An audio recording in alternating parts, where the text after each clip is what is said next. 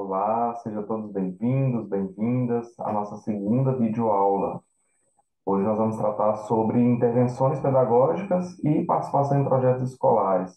Está no nosso escopo de estágio, né? Está dentro da programação. Se vocês conferirem lá no plano de ensino, faz parte aí do nosso conteúdo programático. Espero que vocês gostem. Qualquer dúvida, estamos aí à disposição para dialogarmos um pouco mais, certo? Eu vou projetar aqui para vocês, ok? O nosso material da aula.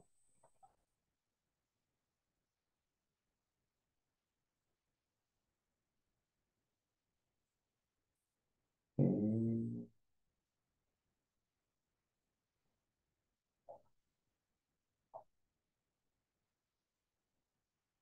está carregando o nosso material.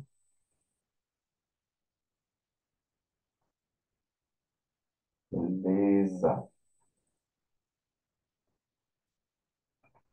Bom, dentro da nossa segunda videoaula, a gente vai conversar um pouquinho sobre desenvolvimento de projetos de intervenção pedagógica, planejamento, execução e avaliação, algumas especificidades de aprendizagem e práticas docentes no quarto e quinto ano do ensino fundamental, que é parte, né, do objetivo do nosso estágio 3 e a participação em projetos e ações da escola.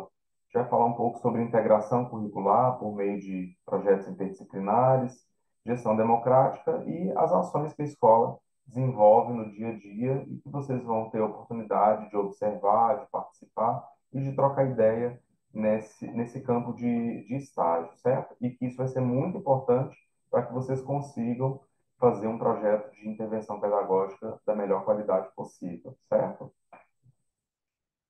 Bom, em relação ao desenvolvimento de intervenção pedagógica, a gente tem três etapas, né, dentro desse projeto: o planejamento, a execução e a avaliação dessa intervenção.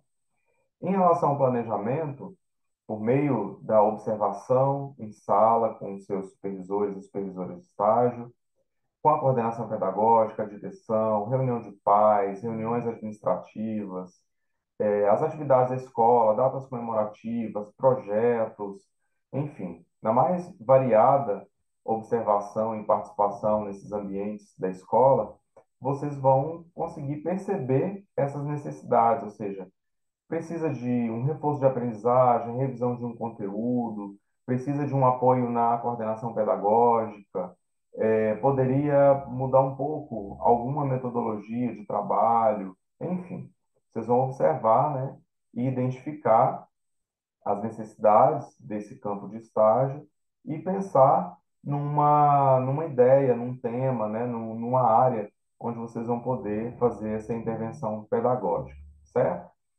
A partir dessa identificação, vocês vão definir objetivos, então, um objetivo geral, objetivos específicos, que vão conseguir levar a êxito dessa intervenção, certo? Então, nos objetivos específicos de praxe, imagina que vocês já tenham desenvolvido em outras atividades, até mesmo em estágio, pensar em caminhos para chegar ao objetivo geral, ou seja, a meta desse projeto. Então, objetivos específicos, normalmente a gente tem dois ou três, né? Que é o passo a passo de metas a serem cumpridas para esse projeto, certo?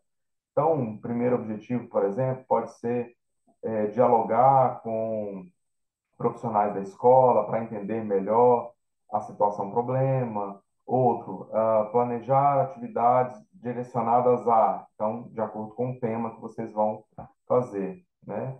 E um outro de intervir na realidade ou executar o projeto junto à turma tal, junto à coordenação pedagógica, junto à gestão, enfim, tá bom?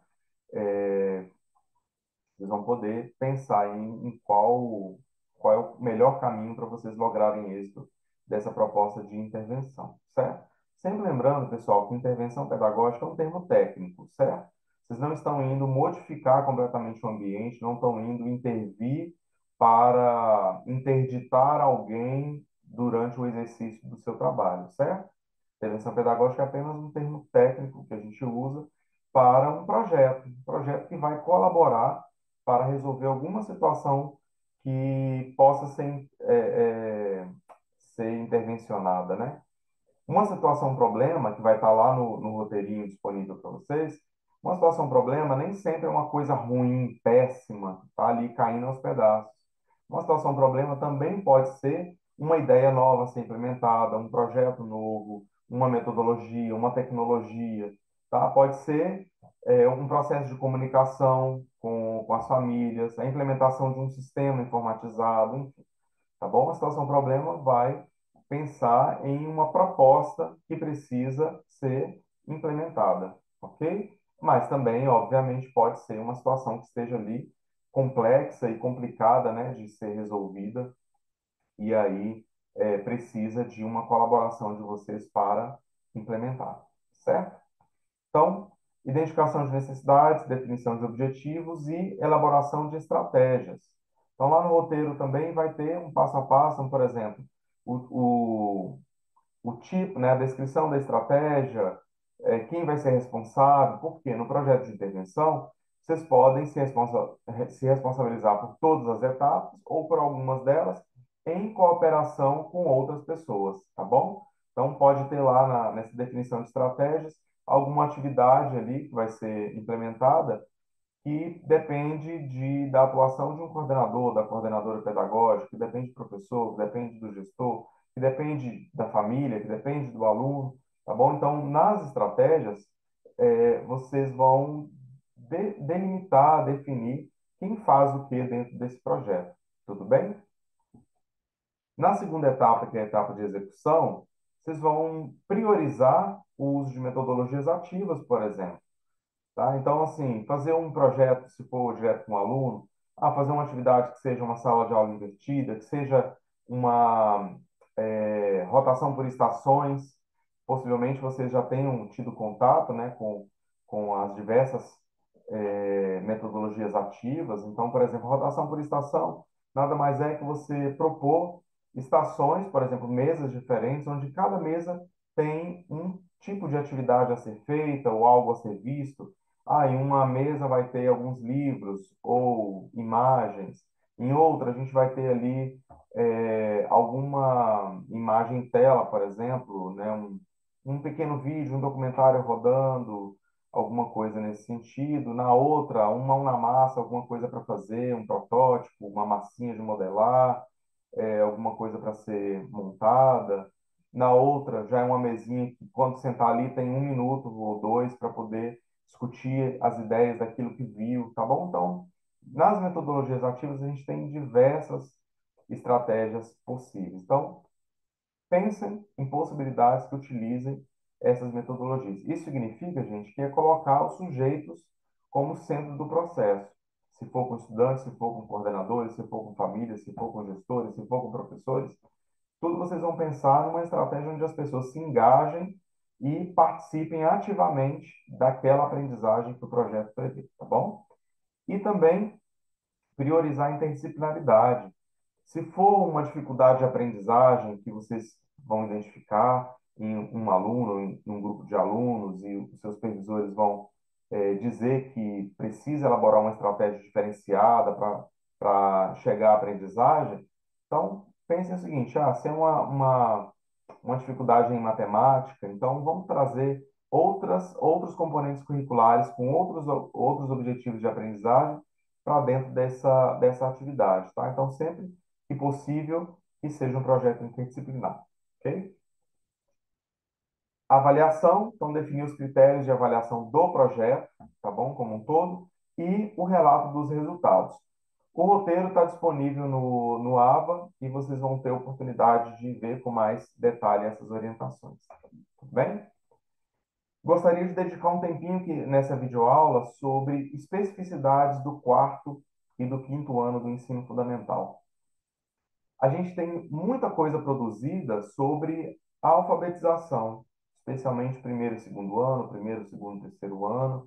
A gente tem muita coisa falando sobre os objetivos dessa etapa, as habilidades a serem construídas, os objetos de aprendizagem, as estratégias, a ludicidade, a brincadeira, o cuidado, Enfim, a gente tem uma série de orientações, de publicações voltadas para esse período da alfabetização. Agora, quarto e quinto ano, vocês devem observar que existe pouca publicação específica sobre essa fase dentro dos anos iniciais. Isso é bem problemático, porque isso reflete claramente nos desafios encontrados no dia a dia da sala de aula. Por essa falta de orientação e de reflexões teóricas e metodológicas sobre esse período específico, né, sobre essa fase, é um termo mais adequado, sobre essa fase dos anos iniciais, a gente também acaba ficando um pouco confuso sobre o que tem de específico nessa fase. Então, eu procurei organizar de acordo com o meu conhecimento, a minha experiência como professor, também pedagogo, né? E também já atuei com crianças nos anos iniciais, nas diversas, a época se chamava série, depois anos, né? Comecei ainda nessa fase de transição do ensino fundamental de 8 para 9 anos de idade. Então, eu trouxe com base na minha experiência, com base em estudo, com base em as diversas oportunidades que eu tive de conversar e de dialogar com formuladores de políticas públicas, para a gente conversar sobre essas especificidades. Isso é pouco documentado e é pouco debatido. Então, procurei trazer isso. Procurei trazer para vocês, né, algumas discussões. Por exemplo, é uma fase de transição.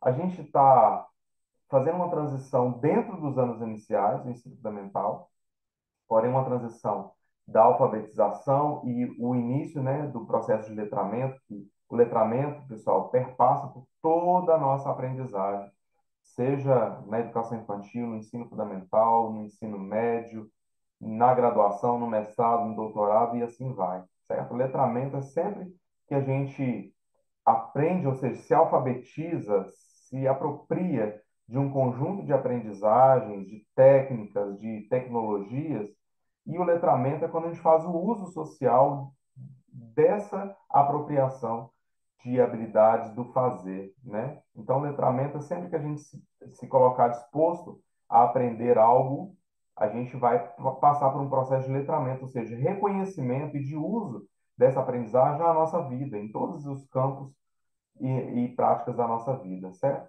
Então, a alfabetização é a aquisição de habilidades da leitura, da escrita, da da oralidade, né, da aprendizagem semiótica, enfim, tem bastante coisa, do pensamento matemático, da apropriação dessa alfabetização matemática, científica, enfim.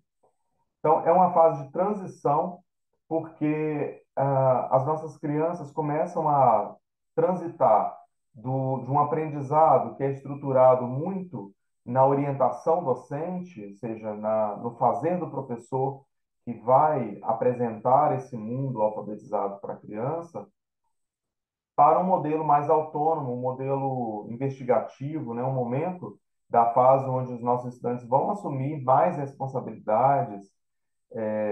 Então, é importante a gente pensar que a autonomia para que a criança consiga desenvolver o aprendizado de forma autoral, de forma autogestionada, né? Aguçar a curiosidade, então é uma fase de transição. Isso é muito importante de levar em consideração.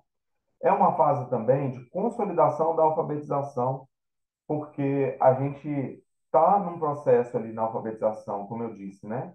De apropriação e desenvolvimento de habilidades básicas desse mundo letrado, para um processo de ampliação de repertórios, inserção de novos contextos. Eu vou mostrar nos próximos slides, é, dentro de cada componente curricular, a complexidade que é exigida da criança e que é nosso papel levar essas aprendizagens, conduzir essas aprendizagens, apresentar esses novos repertórios. Ou seja, quando a gente fala em novos repertórios, novas palavras, novos vocabulários, novas ideias, novas cores, novos materiais e em novos contextos. Então, quando a criança está na alfabetização, por exemplo, a gente trabalha muito o eu, né? O eu, a criança. Quem sou eu, o meu corpo, a minha casa, o meu nome, a minha família, os meus amigos, os meus brinquedos. Então, a gente está numa fase aqui na alfabetização que os repertórios e os contextos eles são mais próximos da criança, certo? Não significa que sejam simples, mas a gente vai começar a fazê-la a perceber e a refletir sobre esse mundo que ela está inserida e que ela faz parte, que ela é produtora de culturas, certo?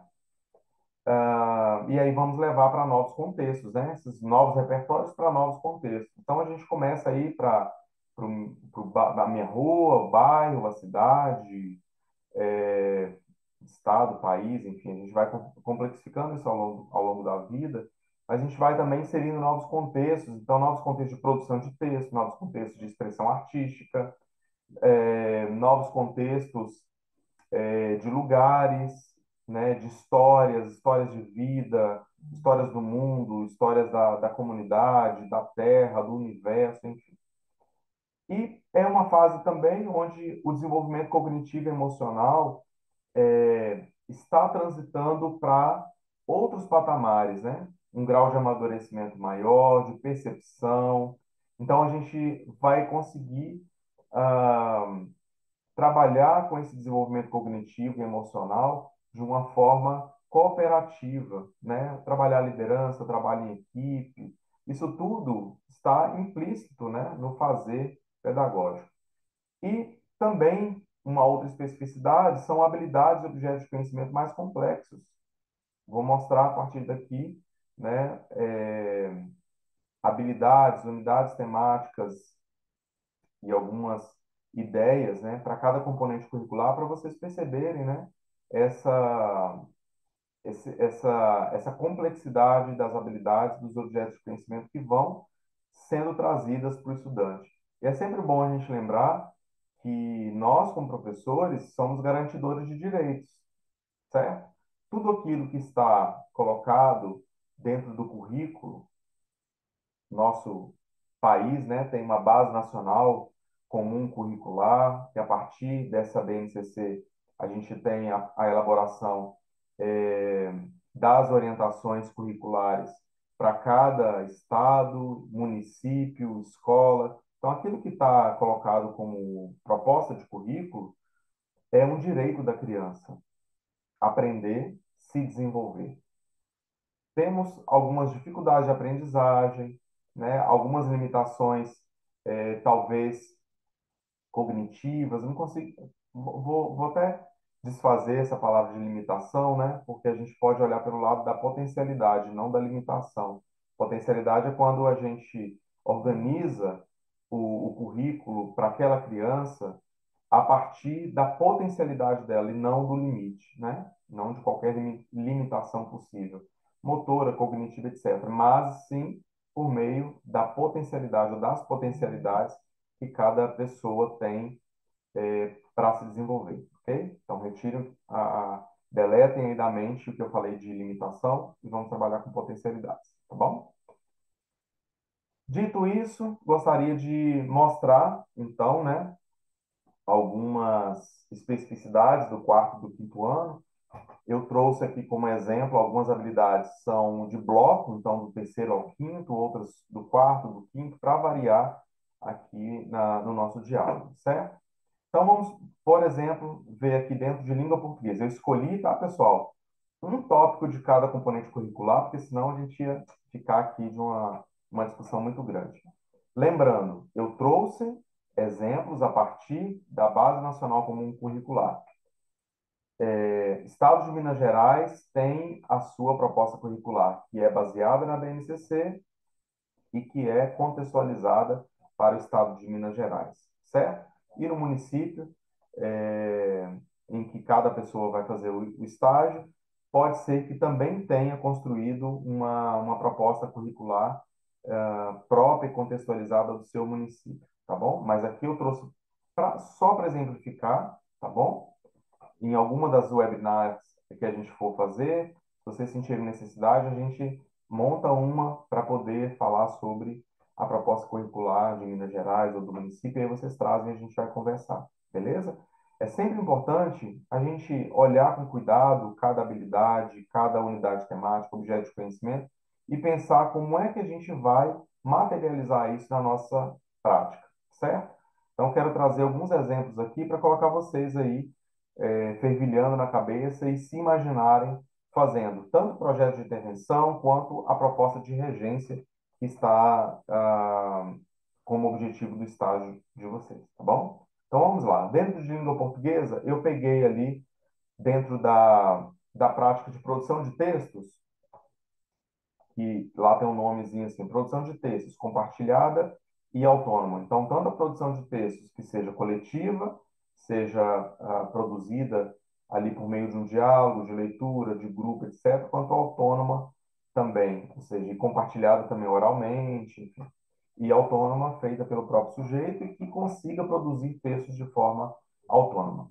Então, vamos lá. Aqui a especificidade, por exemplo, colocada ali do terceiro ao quinto ano, produção de textos coesos e coerentes, adequados aos diferentes contextos comunicativos. Então, está colocado como uma possibilidade de aprendizagem. Um exemplo aqui de uma habilidade, essa habilidade 8 de língua portuguesa, colocada ali de terceiro ao quinto ano. Utilizar, ao produzir um texto, recursos de referenciação, por substituição lexical, por pronomes pessoais, possessivos e demonstrativos, vocabulário apropriado ao gênero, recursos de coesão pronominal, pronomes anafóricos e articuladores de relações de sentido, tempo, causa, oposição, conclusão, comparação, com nível suficiente de informatividade, ok? Então percebam que isso amplia, lembra que eu falei ali atrás, que amplia repertórios e insere novos contextos. Então percebam que eu falei ali atrás está refletido nessa possibilidade de língua portuguesa. Vamos avançar? Educação física é uma habilidade do campo motor. Desenvolver habilidades motoras básicas e específicas aplicadas em jogos, brincadeiras e práticas esportivas. Então, um exemplo de habilidade para ilustrar essa, esse desafio colocado para a gente nessa etapa. Então, também, educação física de terceiro ao quinto ano do ensino fundamental, habilidade 8. Planejar e utilizar estratégias para resolver desafios na execução de elementos básicos de apresentações coletivas de ginástica geral, reconhecendo as potencialidades e os limites do corpo e adotando procedimentos de segurança. Então, percebem que não é só o conhecimento do seu corpo, o do seu colega, tá? Então, olha só o que está sendo colocado para a educação física, que tem um grau de complexidade. Isso, gente, do terceiro ao quinto ano, tá bom? Artes. Eu peguei ali a linguagem do teatro, tá? Porque o componente de arte está desenvolvido, perdão, está dividido em linguagens diferentes. E também tem lá a arte integradora, que envolve o todo e com todos os componentes curriculares. Então, dentro do teatro, está proposto lá desenvolver a capacidade de apreciar e analisar criticamente obras de arte. Olha só, será que é fácil? Mas a gente tem um conjunto de habilidades que são colocadas na nossa proposta, que vai levar a desenvolver essa capacidade. Então, peguei aqui uma habilidade que está proposta do primeiro ao quinto. Reconhecer e apreciar formas distintas de manifestações do teatro presentes em diferentes contextos, aprendendo a ver e a ouvir histórias dramatizadas e cultivando a percepção, o imaginário, a capacidade de simbolizar e o repertório ficcional. Olha que legal, gente. Dá vontade de sair fazendo, né? Plano de aula para a gente juntar essas habilidades e fazer uma aula maravilhosa, contextualizada, interdisciplinar, trazendo vários componentes curriculares e a partir, né, de algumas estratégias muito bacanas, muito lúdicas, né? Em matemática, também peguei, né, uma unidade temática, que é a álgebra. Lá tem várias, são 5 unidades temáticas da matemática, que tem como objetivo, né, estudar as propriedades da igualdade. Então, um exemplo aqui de uma habilidade para o quarto ano de matemática, habilidade 14. Reconhecer e mostrar por meio de exemplos que a relação de igualdade existente entre dois termos permanece quando se adiciona ou se subtrai o mesmo número a cada um desses termos. Então, isso aqui a gente A gente começa lá nos anos iniciais, basicamente, né, fazendo a identificação de por exemplo, de termos, né? Mas a gente estuda um, estuda outro. E aí, quando a gente adiciona um termo ou subtrai um mesmo número, né, o que que acontece? Então, a gente vai, além de identificar, a gente vai reconhecer e mostrar por meio de exemplos. Então, é fazer a criança construir ideias, né?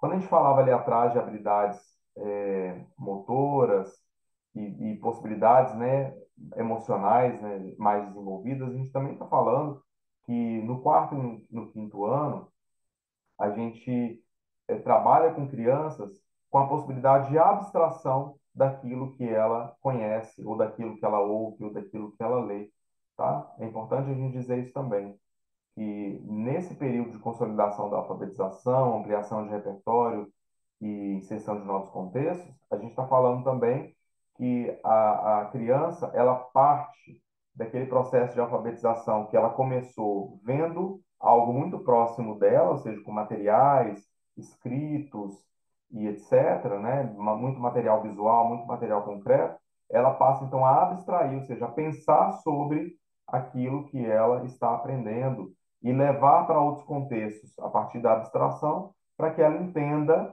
por exemplo, uma operação matemática em contextos amplos, e não somente na aula de matemática, e não somente ao estudar o que está no livro, certo? Então é importante ter isso também. Ciências da natureza. Trouxe aqui um exemplo de vida e evolução, também é uma unidade temática, dentre as outras que estão propostas, para a gente estudar sobre nutrição do organismo, ou seja, como é que o organismo se nutre a partir de toda a complexidade da ciência, né? Um exemplo é uma habilidade do ensino fundamental 5, né? Quinto ano, ciências, habilidade 6. Selecionar argumentos que justifiquem por que os sistemas digestório e respiratório são considerados corresponsáveis pelo processo de nutrição do organismo, com base na identificação das funções desses sistemas. Ok? Então, aqui também, sempre lembrar que na área de ciências da natureza, isso vale para todo o processo de aprendizagem ao longo da vida, tem uma metodologia prioritária, que é trabalhar por meio de investigação, que também tem um ciclo, certo? Que vai desde a delimitação do tema, aí vem construção de hipóteses, desenvolvimento de experimentos, testagem de hipóteses, avaliação, aplicação em diversos contextos e a finalização. Então, para a ciência da natureza, a gente tem um ciclo de investigação que é colocado como metodologia prioritária para o ensino de ciências da natureza. Isso desde a alfabetização até o ensino médio, tá bom? É proposto. Então, observe na proposta curricular como é que ciência da natureza está organizado e quais são as orientações que estão colocadas lá, tá bom? Em geografia, trouxe aqui um exemplo de formas de representação e pensamento espacial, que é o sistema de orientação. Então, é uma habilidade do ensino fundamental, quarto ano, geografia, habilidade número 9. Utilizar as direções cardeais na localização de componentes físicos e humanos nas paisagens rurais e urbanas. Então, lembrando, né, as direções cardeais norte, sul, leste, oeste, aí a gente começa a introduzir ali, né, sudeste, nordeste, noroeste. Então, pensar que esse sistema de orientação, além do que a gente aprende ali no nosso contexto da sala de aula, a gente vai trabalhar com a criança para que ela possa localizar isso tanto em componentes físicos, ou seja, norte, sul, leste, oeste da sala de aula, e o noroeste, e o sudeste, né? Onde é que estão? E também no nosso corpo, né? Porque no nosso vocabulário, a partir daí, a gente vai também conseguir reconhecer, né? Em outras aprendizagens aí ao longo da vida, a gente vai precisar localizar isso também no nosso corpo, né? E também na paisagem. Bom, então, isso para a geografia tem um grau de complexidade bem interessante. E para a história, povos e culturas, meu lugar no mundo e meu grupo social. Então, lembra que eu falei que no início da alfabetização, a gente está falando muito do contexto próximo da criança, né? Eu, minha família, minha rua, meu bairro. E percebam que aqui em história que a gente está falando, meu lugar no mundo e meu grupo social. Isso é bem interessante. E aí está colocado lá, né, como as formas de organização social e política, a noção de Estado. Percebam, a gente, mesmo depois de adulto, a gente continua aprendendo sobre noção de Estado, porque aí depois, quando a gente for lá do nono ano ensino médio, estudar a conformação dos Estados-nação, ou seja, como é que um país é organizado, porque isso não surge do nada. Não é alguém que vem aqui, fixa uma bandeira e diz, isso aqui é um país. Não. Isso vai se constituindo a partir de um sistema muito complexo de desenvolvimento de uma dada sociedade, né? A partir de um vilarejo, da chegada de uma família no meio do nada, com o passar dos anos, isso pode chegar a um país, e tem muitas disputas, né? De territórios, disputas políticas, disputas de cultura, de língua, enfim. Então, percebam que isso começa a ser trabalhado com a criança. Claro que com um grau de complexidade menor do que isso que eu estava falando aqui, né? Isso aqui é lá para a gente refletir já do nono ano, oitavo, nono ano, ensino médio. Mas para a criança, isso também tem um começo, né? Então, por exemplo, a habilidade 2 de história para o quinto ano. Identificar os mecanismos de organização do poder político, com vistas à compreensão da ideia de Estado e ou de outras formas de ordenação social. Então, por exemplo, é a gente perguntar: você sabe onde fica a prefeitura? Você já foi? Ah, o que é um centro da cidade? O que que tem ali no centro da cidade que te chama a atenção? Então, por exemplo, né, alguma criança pode reconhecer, no centro da cidade tem a catedral, a igreja matriz, tem uma praça, ali as pessoas se reúnem. Ah, tem coisas da igreja que acontecem lá, mais no centro da cidade. Então, dá um certo ar de que aquele lugar é importante. Tem a prefeitura, Câmara de vereadores, tem as principais lojas. Então, percebam que a partir de elementos comuns do cotidiano, a gente vai introduzindo, né, essa ideia de importância para um centro da cidade. Ah, você conhece quais bairros daqui? Ah, eu conheço o bairro tal, o bairro tal. Ah, um bairro tal tem casas mais bonitas do que as outras. Tem bairro que tem mais comércio do que o outro. Então, a criança vai conseguindo entender esses mecanismos de organização de poder, mas de uma forma mais comum, ou seja, da vivência dela. E aí, daí a gente vai começar a perceber, olha, a igreja matriz, que é a catedral e a prefeitura estão ali porque é um local onde as pessoas que estão, por exemplo, na liderança desse espaço estão ali. Você já ouviu falar o que é uma eleição? Ah, já teve eleição para presidente, esse ano tem eleição para prefeito, vereador. Então, você sabe o que que faz um vereador, o que que faz um prefeito? Então, pessoal, a gente vai introduzindo essas aprendizagens e ao longo dos anos isso vai ganhando um entendimento maior, né? Mas só da criança conseguir identificar esses lugares, esses espaços e essas figuras e essa dinâmica da sociedade, né? Centro da cidade, bairro, um bairro que tem mais é, um poder aquisitivo, né, um desenvolvimento maior, o outro mais simples, mas por quê? Enfim, tá bom? A gente vai traduzindo isso por meio da história, certo? Então, quis trazer para vocês aqui exemplos dessas especificidades do quarto e quinto ano, porque não pode ficar isso muito abstrato, né? A gente tem que entender na ponta. Então, reforço o convite que eu fiz a vocês, né, de conhecerem a proposta curricular do território de vocês, do estado, do município. Quando vocês estiverem no estado, desculpa, no estágio, perguntem na escola se a escola tem um documento de proposta curricular da escola, conheçam, leiam o que está sendo proposto. Ah, professor, mas aqui na escola não é organizado por habilidade e unidade temática, é organizado por meio apenas de conteúdos ou de objetos de conhecimento ou de objetivos de aprendizagem. Não tem problema. Conheçam essa estrutura, reflitam sobre ela, troquem ideias isso que está colocado na proposta curricular, conversem com os professores no campo de estágio, para vocês entenderem, né? Porque a sala de aula não é um espaço de aplicação intuitiva. Ou seja, eu, professor, não posso partir só do que eu sei, do que eu acho que tem que ensinar. Não, gente. Tem uma proposta curricular, tem um documento que a gente vai falar já já, que é o projeto político-pedagógico. Tenho certeza que vocês já analisaram isso no estágio e já tiveram disciplinas falando sobre isso.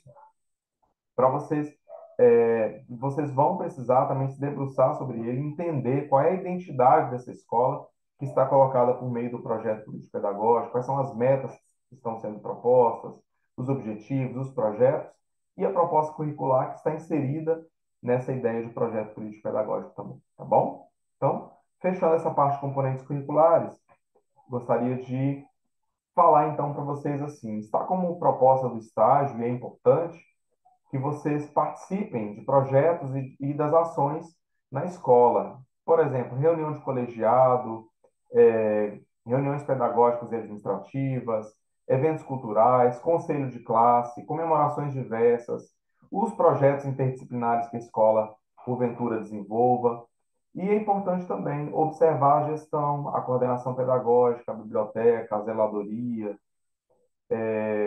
eu não coloquei aqui, mas, por exemplo, né, a cantina, a área de alimentação, porque, gente, isso tudo faz parte da vida da escola. E se a gente está fazendo um estágio para a gente se desenvolver na profissão docente, na profissão de pedagogos e de pedagogas, então é importante que a gente conheça toda a dinâmica da escola e toda a vida dela, né? Porque não é só de sala de aula que a escola é feita, a gente tem outras coisas acontecendo. Para quem tem um interesse aí na área da gestão educacional, a gestão da escola tem uma atuação muito específica, né? Com a rotina da escola, com a documentação, com orçamento, com execução, com a liderança das equipes, relação com a comunidade, com a família, com os alunos, com o poder público, responde a conselho de classe, Ministério Público, tem uma série de dinâmicas aí que a gestão da escola cuida. A coordenação pedagógica não faz apenas a reunião de professores e planejamento, né? Coordenação pedagógica tem um sentido ali de serem os grandes gestores do currículo, gestores do projeto político-pedagógico, articulação entre família, docentes e estudantes, solução de conflitos, organização de horários, reposição de professores que estão em licença, que faltam, a orientação dos planos de aula e dos planos de curso, né, de cada disciplina. Enfim, a gente tem um papel grandiosíssimo aí também para a coordenação pedagógica, certo? Então, gostaria de reforçar que vocês participem. Registro do estágio. Sugestão, que vocês organizem um diário de bordo, físico ou digital. Físico, pessoal, é um caderno, tá bom? É um caderno que vocês separem para isso. Levem, pode ser uma agendinha pequena também, né? Não precisa ser um caderno grande. Levem para o estágio, anotem tudo que vocês viverem, tudo que vocês pensarem, tudo que vocês tiverem de ideia, anotem. Coloca lá a data. Tal dia, estava na turma tal, estiveram estavam presentes X alunos, a professora começou a aula fazendo essa atividade, depois essa, os alunos participaram dessa forma, fizeram tal tipo de pergunta, ok? Anotem o máximo que vocês conseguirem estando na escola, saíram da escola, passem isso a limpo, faça já um registro mais estruturado, tá? De um resumo de tópicos, enfim, daquilo que for vivenciado no dia do estágio. Ou um diário de bordo digital. Na verdade, eu poderia colocar um e/ou, né? O digital é quando vocês já vão digitando isso num arquivo, né, num editor de texto, por exemplo, Word, onde vocês vão já registrando essa vivência do dia. Então, coloquem lá também a data, redigam ali tudo que vocês vivenciaram naquele dia. Isso vai servir para vocês elaborarem um relatório final e, mais importante, para vocês fazerem uma reflexão crítica a partir do próprio registro, né? Essa prática do registro para a nossa profissão docente é algo extremamente importante. Então, façam o diário de bordo e anotem as dúvidas e as reflexões, tá? Isso é muito importante. Até para vocês trazerem para os nossos momentos de diálogo ou para o plantão, por exemplo, e para os encontros que vocês vão ter presencialmente no polo. Beleza? Então, registro de estágio, façam isso. Fórum de discussão 2 está lá disponível para vocês. O tópico para discussão é como vocês imaginam o processo de planejamento de aulas para o estágio supervisionado. Lá no fórum, na plataforma, vocês vão ter mais orientações, uma reflexão inicial e como é que vocês vão desenvolver essa discussão, tá bom? Aqui eu quis colocar só o tópico para discussão, mas é para vocês relatarem dúvidas, desafios, perrengues já vividos, é, compartilhar ideias vivenciadas, algumas questões que outros colegas já podem é, compartilhar e podem comentar, né, para ajudar vocês a, de repente, resolver algum desafio. Até mesmo, gente, o desafio pessoal, né, da timidez, dificuldade para elaborar um plano de aula. Então, coloquem lá e vamos discutir sobre isso, tá bom? Então, é como é que vocês imaginam esse processo de planejamento pensando, gente, quarto e quinto ano, tá? Por isso que eu coloquei isso como tema, para vocês pensarem, né, nesses desafios para o quarto e quinto ano. Talvez para a alfabetização vocês já tenham uma vivência nessa caminhada maior, mas para o quarto e quinto ano eu gostaria de compartilhar esses desafios para o quarto e quinto ano ao planejar as aulas. E a atividade individual, também o roteiro disponível na plataforma, é a análise do projeto crítico pedagógico. Eu coloquei lá para vocês um roteiro que tem uma tabela, tá? Uma tabela onde vocês vão pedir acesso à escola, né, ao projeto político pedagógico. A escola, se a escola porventura não conseguir disponibilizar para vocês, falem assim: quem poderia, perguntem assim, né? Quem poderia me responder algumas perguntas que eu estou precisando para fazer o meu estágio? E que eu possa marcar uma entrevista, um dia, um horário.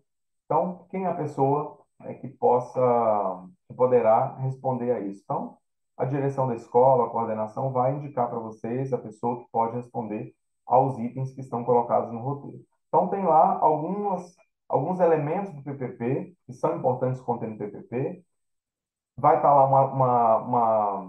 uma coluna de está presente, né? Contém nesse PPP, sim ou não.